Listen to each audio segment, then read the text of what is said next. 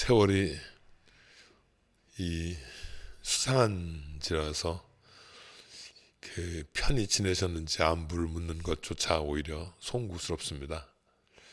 오미크론 변이가 더욱 극성을 부린다는 이야기와 함께 조금이라도 덜 나쁜 사람을 찾기 위한 대통령 선거가 이렇게 사람을 지치게 하고 힘들게 하는지 저도 미처 몰랐습니다. 그래도 선거일까지 잘 견디어서 투표에 이르도록 인내할 생각입니다. 아니면 더 나쁜 사람이 당선되어서 나라를 망칠까 두려워서입니다. 여러분들도 끝까지 희망을 놓지 마시기를 부탁드립니다. 그래서 오늘은 좀 더 즐거운 이야기를 드리려 합니다. 며칠 전 저는 아주 귀한 선물을 받았습니다. 이걸 불엄이라고 하죠. 벌써 이 불엄을 한 10년 가까이 받는 것 같습니다. 이게 풍성하게 잘 키운 땅콩, 호두, 그리고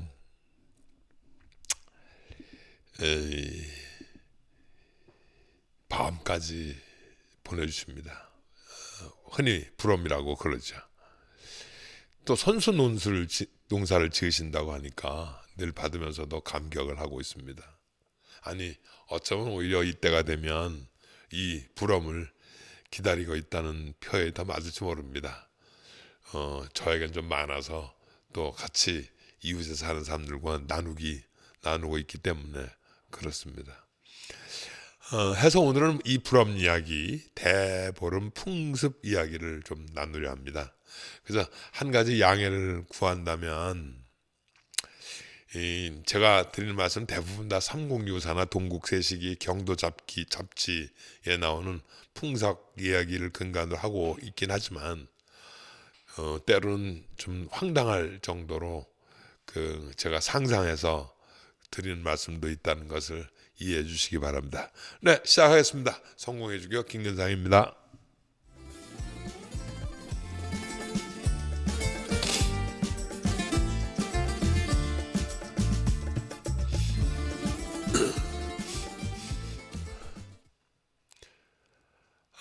우선 대보름 달을 소개하죠. 아직 우리 대보름이 안 됐으니까요. 지금 여러분들한테 보내드리는 이 달은 2021년에 찍은 달입니다. 지금 바다 위에 있는 것하고 이제 한번 정말 엄청난 큰 달을 한번 여러분들 보여드리죠. 올해도 어김없이 같은 달이 뜹니다. 새 달이 아니고요. 우리가 1년 전에 봤던 그 달이 또 이렇게 우리에게 오는 겁니다. 그래도 2023년의 달은 우리에게 또 다른 의미로 다가와 주기를 간절히 소망을 합니다. 제가 지난 85회 방송을 하면서 이 프랑스 화가 까뮤 파스로의 그림, 설이 내리는 밭에 불을 지피는 농부 보여드렸죠. 예. 그래서 우리도 이렇게 보름날이 되면 쥐불놀이 혹은 달집 태우기 같은 놀이가 기억이 난다고 하면서 이젠 또 농사 준비, 봄 준비를 해야 된다는 말씀을 드린 것 같습니다. 대체로 농경사회를 중심으로 하는 땅에서는 이 풍년이라는 소망을 중심으로 해서 풍습들이 만들어졌거든요. 지금 뭐 많이 있고 또 잃고 있는 것은 사실이지만 사실 일제강점기 이전에는 이 정월 대보름은 정월과 추석 다음으로 가장 중요하고 큰 명절이기도 했습니다. 이렇게 사람이 많이 모이는 것을 싫어할 수밖에 없었던 일제 시대 때 이 모든 것들이 대부분 많이 없어졌습니다. 그럼에도 불구하고 저리 시절까지만 하더라도 쥐불놀이 했습니다. 여러분 깡통에 그것도 구하기 어려웠던 시절이었습니다. 그 시절은 깡통에 불을 담아서 돌리는 그런 일, 또 달집 태우기도 있었습니다. 물론 여러 가지 소위 무술 무속의 의미가 담겨져 있습니다. 액을 태워버린다든지 하는 그런 의미도 있고요. 그러나 실제로는 과학적으로 보면 소위 그 균들을 태우는 일입니다. 그 해충들을 태우는 해충 알들이 있어서 다 모아서 그런 걸 하는 일도 있습니다. 그뿐만 아니라 뭐 그 나무찜 9번 나르는 그런 것도 있었고요. 또 나물을 해서 논아 먹는 거, 또 지금 여러분들 보여드리는 것은 지금도 아직 그 지역마다 좀 남아 있습니다만 이것을 이 풍물굿이라고 하죠. 그래서 보통 정월서부터 보름 때까지 계속 그 이 가게 하시는 분, 농사 짓는 분들 다 그 뭐 이 같이 춤추고 사물놀이 패하고 같이 하면서 그 풍년을 기원하기도 했습니다. 정월의 달은 이 지구에서 가장 가깝게 다가와서 작을 때보다 약 14% 정도 더 커 보인다고 그렇게 조사가 되어 있습니다. 사실 제가 말씀드린 게 좀 어리숙하고 좀 어리석다 생각할 수 있습니다만 달이 커지는 게 아니죠. 달이 커 보이는 겁니다. 그리고 재밌는 것 중에 하나는 대체로 달 하면 그것은 여자를 상상을 했고 태양 하면 남자를 상징을 했죠. 그래서 보통 뭐 하늘은 땅, 하늘은 남자, 땅은 여자 이런 것도 뭐 천지부, 지천태 이런 걸로도 그 많이 이용을 하곤 했습니다. 근데 이제 특히 여자가 달이다라고 하는 것, 근데 여자들은 남자하고는 달리 출산을 하기 때문에 보통 달 하면 거기엔 바로 풍요로움, 풍년 이런 게 뭐 다산 이런 게 많이 담겨져 있었습니다. 그래서 달과 풍년은 굉장히 깊이 연관되어 있는 것처럼 그 이 옛날 책에도 많이 쓰여져 있습니다. 또 한 가지 재미있는 것 중에 하나는 이제 그 9번의 나무찜을 한다고 하는 것은 이제 봄 준비를 하면서 농사 준비를 하면서 워밍업 하는 거죠. 근데 그 워밍업이라는 것도 좀 그 넘어서 있는 것 같아서요. 오히려 거꾸로 제가 보기에는 산을 좀 살피라는 오랫동안 눈이 와갖고 잘 못 올라가 봤는데 산에 올라가서 혹시 위험은 없는지를 살펴보고 오라는 뜻으로 소위 나무찜을 9번 시킨 건 아닌가 하는 그런 생각도 하고요. 다리 밟기라는 게 있었거든요. 근데 이게 다리 밟기는 다른 게 아니라 다리요. 그러니까 우리 건너가는 다리. 지금 여러분들한테 지금 보여주는 이 다리하고 내 발 있잖아요. 다리. 인간이 쓰는 이 다리. 그래서 이게 같은 발음이어서 이 다리를 밟음으로 해서 다리가 건강해진다. 이런 속설 같은 것들이 있어서 과거에는 이렇게 그 축제처럼 다리를 두드리는 그런 일들을 굉장히 뭐 아주 자주 했다는 얘기가 있어요. 오죽하면 아마 내가 기억하기로는 효정 때라고 생각하는데 그때는 하도 많은 사람들이 다리 위에 올라서서 위험하다고 그래서 아예 금지를 시켰던 그런 시절도 있었다고 합니다. 근데 어쨌거나 이 일제시대 바로 직전까지는 굉장히 많은 사람들이 특히 그 서울 근처에 있는 특히 청계천 근처에 있는 그런 다리가 여러 개 있었는데 그때 많이 이 소위 다리 밟기를 꽤 많이 했다는 얘기를 듣고 있습니다. 물론 이것도 일제강점기 때 사람 모이는 것을 싫어했던 그 시절에 다 조금씩 사라져 버리고 말았습니다. 아무튼 그 정월 대보름의 모든 세시풍습은 소위 풍년이라는 것과 대동 많이 모인다는 것 그런 의미를 두고 있었습니다. 어떻게 보면 뭐 요새 말하기가 다 조금씩 쑥스럽긴 하지만 젠더 문제 많지 않습니까? 어떻게 보면 이런 보름날 같은 경우에는 그런 어떤 여성 중심, 여성 이렇게 잘 해줘야 된다는 그런 느낌이 굉장히 강하게 들어서 짓눌려 있었던 그런 조선시대의 그 안악들을 중심으로 해서 그 펼쳐진 축제가 아니었나 하는 그런 생각도 하게 됩니다.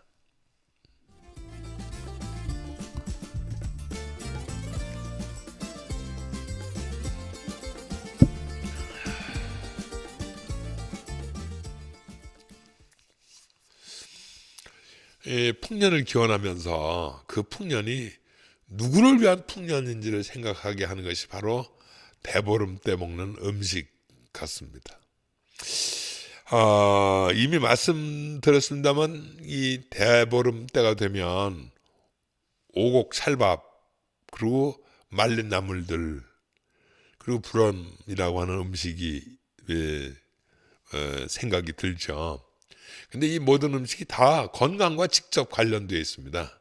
대보름 때 먹는 그 오곡 찰밥이라는 것은 이 사실 간, 심장, 신장, 폐, 비장 이렇게 오장육부의 그 오장을 상징한다고 그렇게 이해를 했습니다. 근데 음식물에 있는 것을 보면 그런 그 오장을 튼튼하게 하는 그런 것과 굉장히 많이 밀접하게 관련되어 있다는 과학자의 증언도 없지 않아 있습니다. 또 진채라고 해서 오랫동안 그 말린 그 9가지 나물 그 나물들을 먹게 되는데 워낙은 19가지 나물이었다는 얘기가 있습니다. 이것도 제가 보기에는 물론 그 모든 채소들을 갖다가 잘 간수를 해서 온갖 그 영양소를 그렇게 먹어야 한다 하는 것들을 저희에게 가르쳐 주는 건 아닌가 하는 그런 생각을 하게 되고, 불엄 있잖아요. 이 불엄도 이거 참 아주 놀라운 지혜입니다.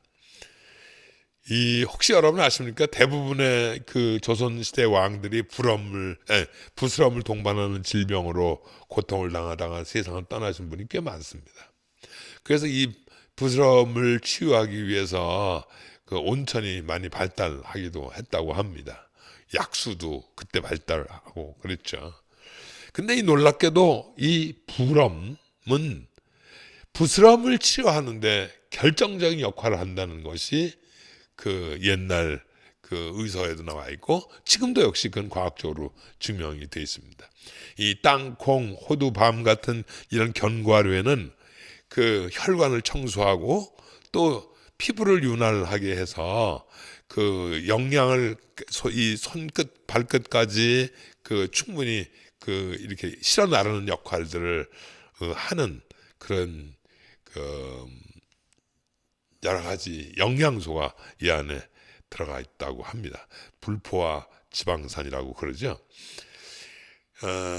보통 이제 시장 그렇게 됐습니다. 부스럼에서 앞 가운데 스자 점을 빼듯이 딱 빼면 부럼 이렇게 된다 그래서 부스럼을 없애기 위해서 불엄을 먹는다 이렇게 돼 있어서 모든 지금까지도 이 불엄을 통해서 소위 피부병을 예방한다는 그런 생각을 많은 사람들이 가지고 있다고 합니다. 그런데 이 얘기가요 삼국유사에 신라시대 때부터 있었다는 거예요. 이 불엄이 깜짝 놀랄 만한 일입니다. 그런데 사실 오늘 저는 여러분들한테 특별히 말씀드리고 싶은 것은 대동법 얘기입니다. 지금 우리는 코로나 바이러스 변종 오미크론으로 전쟁을 하고 있지만 과거 신라시대 이후에 끊임없는 역병으로 해서 우리나라도 굉장히 오랫동안 고통을 당해왔습니다. 예를 들어서 그 얼굴에 남는 흉터 같은 겁니다. 그걸 두창이라고 그러죠. 마마라고 합니다. 보통. 이게 보통 그런 역병들은 이상하게 피부 괴사가 나타나서 이 사실 불엄 얘기하게 된 것도 피부병으로부터 해방시키려는 그 근간에는 임진왜란 같은 전쟁과 함께 나타난 전염병 원인이 굉장히 큽니다. 근데 대동법이 시행된 것이 1608년이에요. 그러니까 임진왜란이 끝나고 그 엄청나게 피폐된 그런 그 역병도 있었고 그런 것을 그 막 고통당하는, 다시 말하면 백성들이 많이 힘들어할 때 소위 대동법이 시행된 것입니다. 1608년에 이게 참 왕이 못된 광해군 때 시작이 됐습니다. 그래갖고 얼마나 오래 걸렸냐면 처음 경기도에서 시작을 하다가 100년이 걸려서. 근데 왜 그렇게 많이 걸렸냐? 소위 그 흔히 조선시대 개국공신이라고 하는 것은 그 처음 이 여러분들 잘 아는 정도전으로부터 시작된 이 소위 대동법의 이야기였는데 전혀 손도 못 대고 있다가 이때 됐는데, 이유가 다른 게 아니라 그 소위 그 흔히 세력가들, 토우 세력가든 중앙 정치 세력가든 양반들 중심으로 한 좀 돈 좀 있고 권력도 있고 무슨 뭐 이런 사람들 입장에서 보면 모두가 다 부리는 것들이어서 다 대동법을 반대를 했습니다. 그 대동법이라는 게 다른 게 아니고요. 지금까지 그냥 세금을 내라 그러면 내는 거였었는데 그것도 세금을 자기네가 받고 싶은 것으로 받았습니다. 아주 엉뚱한 경우에는 바다에 사는 사람들한테도 어떤 데 쌀곡식을 내놓으라고 그럴 때가 있고, 거꾸로 쌀 농사 짓는 곳에서 너는 그 생선을 내놓으라고 그럴 때가 있었을 정도로 엉망진창이었거든요. 그런데 대동법의 가장 주체는 네가 낼 수 있는 것으로 세금을 내는 거예요. 낼 수 있는 것. 그리고 또 한 가지는 농사를 짓지 못하거나 땅이 없으면 세금을 내지 않아도 돼요. 어느 정도였었냐면 당시에 그때는 소위 의무복용제가 있었거든요. 소위 병력이라고 그래가지고요. 근데 그것도 면제해 주는 거예요. 이 가난하면. 근데 이게 뭐 옛날이나 지금이나 다 돈을 버는 세상인 것 같아서 모든 이런 세제들이 백성들을 골병들게 만드는 게 그렇게 있었음에도 불구하고 우리가 할 수 없이 소위 전쟁을 치르고 역병을 치르고 난 그런 소위 선조시대 이후에 대동법이 시행되게 된 것이거든요. 제가 왜 대동법을 갑자기 말씀드린 줄 아십니까? 이 백성들이요 그냥 부속품처럼 살았어요. 돈 많은 사람들, 권력 있는 사람들 부속품처럼 살았단 말입니다. 뭐 대지주들이 있고 왕족이 있고 귀족들이 있었겠죠. 그 사람들의 노예로 살았던 것이죠. 노비로. 그런데 대동법을 시행하자 이젠 그럴 필요가 없어졌습니다. 이게 바로 사람이 사람으로서 자기 존재 가치를 느낄 수 있는 가장 중요한 게, 내가 번 만큼 나라에 바치면 되겠다 하는 생각이에요. 그리고 또 한 가지 중요한 거는 역병을 경험하면서 역병이 이거 우리한테만, 예를 들어서 뭐 약사열애가 우리를 내버려둬서 죽어간 그런 게 아니고, 이 누구도 그게 왕족이든 뭐 세력에 있던 사람이든 관계없이 역병을 걸리면 똑같이 다 이 좀비처럼 다 정말 처참한 그런 사람들이 돼버렸다는 것을 알게 되는 거죠. 그래서 모두가 다 국가가 우리를 지켜주겠지만 국가가 우리를 지켜주지 못하면 우리 스스로가 지켜야 된다는 것에 눈을 뜨게 시작된다는 거죠. 그게 대동입니다. 대동.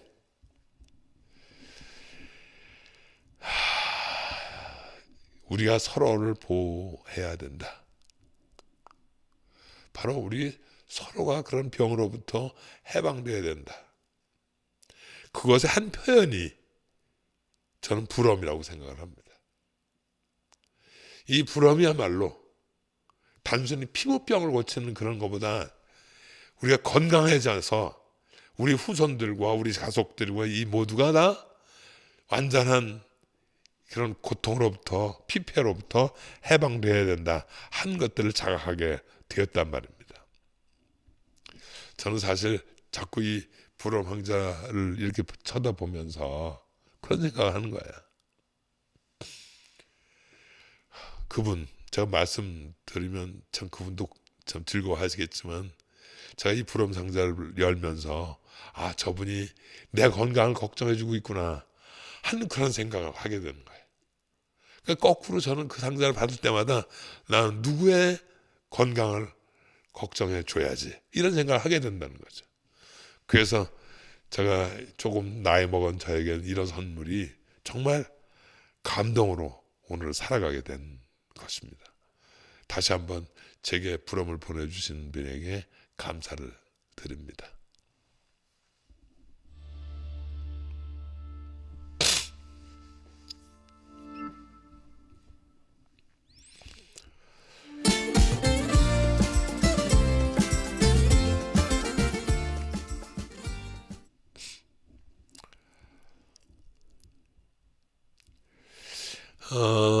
이야기가 대보름에서 불엄으로 대동법까지 나가게 됐습니다. 죄송합니다. 다시 풍년 이야기로 들어가겠습니다. 대보름 놀이 중에서 지신밟기와 줄다리기 같은 게 있습니다. 사물놀이 패들과 함께 집집마다 혹은 가게마다 들어서 진과부 그리고 꽹과를 치면서 풍년 대박을 기원하게 되는 거죠. 물론 방문할 때마다 몇 푼의 지원을 받게 됩니다. 지원금을. 그러나 이 모든 것은 그 지역 사회를 위해서 사용하게 되죠. 노인들 섬기는 일에 혹은 아이들의 그 학자금을 지원하는 일에 사용한다고 그렇게 들었습니다. 어쨌든 모든 게 지역을 위해서 사용해야 된다는 거죠. 여러분 이 부럼을 깨서 버리는 일 혹은 연을 날려서 지금 연 날릴 때거든요. 연을 날려서 멀리 날다가 연끈을 끊습니다. 그것도 액을 이 연에 담아서 떠나보내는 그런 행위라고 그러죠. 그런데 이 모든 일이 그게 지진밟기를 하든 무슨 뭐 줄다리기를 하든 연을 날리든 이 모두가 다 같이 한다는 겁니다. 같이. 동네 사람들 모두 모여서 같이 춤추고 같이 잡아당기고 같이 놀고 같이 웃고 한다는 거죠. 그래서 뭐 물론 경기는 합니다. 이기는 편이 있고 지는 편이 있어서 벌금도 내고 시상금도 받고 그러는데 모두가 다 이런 심지어 벌금을 내는 사람도 신나는 거야. 우리 모두가 함께 했다. 대동. 여기에 종지부를 찍게 되는 겁니다. 그러니까 대보름 이것은 곧 우리로 하여금 대동의 세상을 열자 하는 그런 약속과도 같은 것이죠. 이웃에게 나가서 새로 오곡밥을 3번 이상 받아 먹어야 된다는 것도 또 남의 이야기를 잘 들으라고 그 소위 찬 청주를 먹는 귀발기 술도 우리 모두가 우리 선조들께서 지금까지 우리에게 가르쳐 주신 것은 너희들이 함께 잘 살면 풍년은 틀림없다 이런 거죠. 거꾸로 풍년은 바로 그렇게 함께 잘 살아가는 사람들한테만 주어진다 하는 그런 것으로 이해를 하게 되는 거죠. 한 가지만 더 말씀드릴게요. 이 대보름 놀이도 꼭 15일 대보름 날까지입니다. 더는 놀지 말자는 약속이 그 안에 담겨져 있다는 말씀입니다. 그래서 보름날이 지나면 연도 띄우지 않고요. 사물놀이도 하지 않습니다. 오히려 사물놀이 하는 사람들이나 연을 띄우면 속으로 욕을 해요. 저 사람 아직도 보름인 줄 아나 봐. 지금 일해야지 일. 바로 일할 때라는 겁니다. 다시 말하면 풍년이라는 것은 힘을 합해서 일을 해야 풍년을 우리가 소유할 수 있다 하는 그런 거죠. 네, 벌써 2월이 벌써 반쯤 지나가려고 그럽니다. 이제는 계절을 기다리는 것이 아니라 계절을 만들어 가야 될 때가 되었습니다. 여러분 그 얘기 들으셨나요? 겨울이 참 착한 것은 봄을 데리고 오기 때문이다. 그런 얘기를 제가 들은 적이 있습니다. 그래서 오늘 이 얘기를 마치면서 시 하나 소개해 드리려고 합니다. 짧으니까 하나 들어보시죠. 벌써라는 말이 2월처럼 잘 어울리는 달은 아마 없을 것이다. 새맞이가 엊그제 같은데 벌써 2월. 지나치지 말고 오늘은 뜰의 매화가지를 살펴보아라. 항상 비어있던 그 자리에 어느덧 벙글고 있는 꽃. 세계는 부르는 이름 앞에서만 존재를 드러나 밝힌다. 외치를 하려다 말고 돌아와 문득 털에틀 벗는 2월은 현상이 결코 본질을 잃을 수 없음을 보여주는 달이다. 벌써라는 말이 2월만큼 잘 어울리는 달이 아마 없을 것이다. 네, 좋은 친구 여러분, 바삐 지나간 세월을 다시 돌이켜 보는 것은 시간 낭비입니다. 지금 우리가 오늘 살아가는 지금, 오늘, 그리고 이제 이 시간, 아무도 사용하지 않는 이 최초의 시간들을 여러분들 잘 살아가시기를 소망합니다. 정월 대보름날 서로에게 복을 빌어주고 서로에게 나쁜 일이 생기지 않도록 기도해주는 여러분들은 분명 복의 근원이 될 것이고 풍년을 즐길 수 있는 아주 훌륭하신 분들이라는 것을 믿어 의심치 않습니다. 네, 오늘도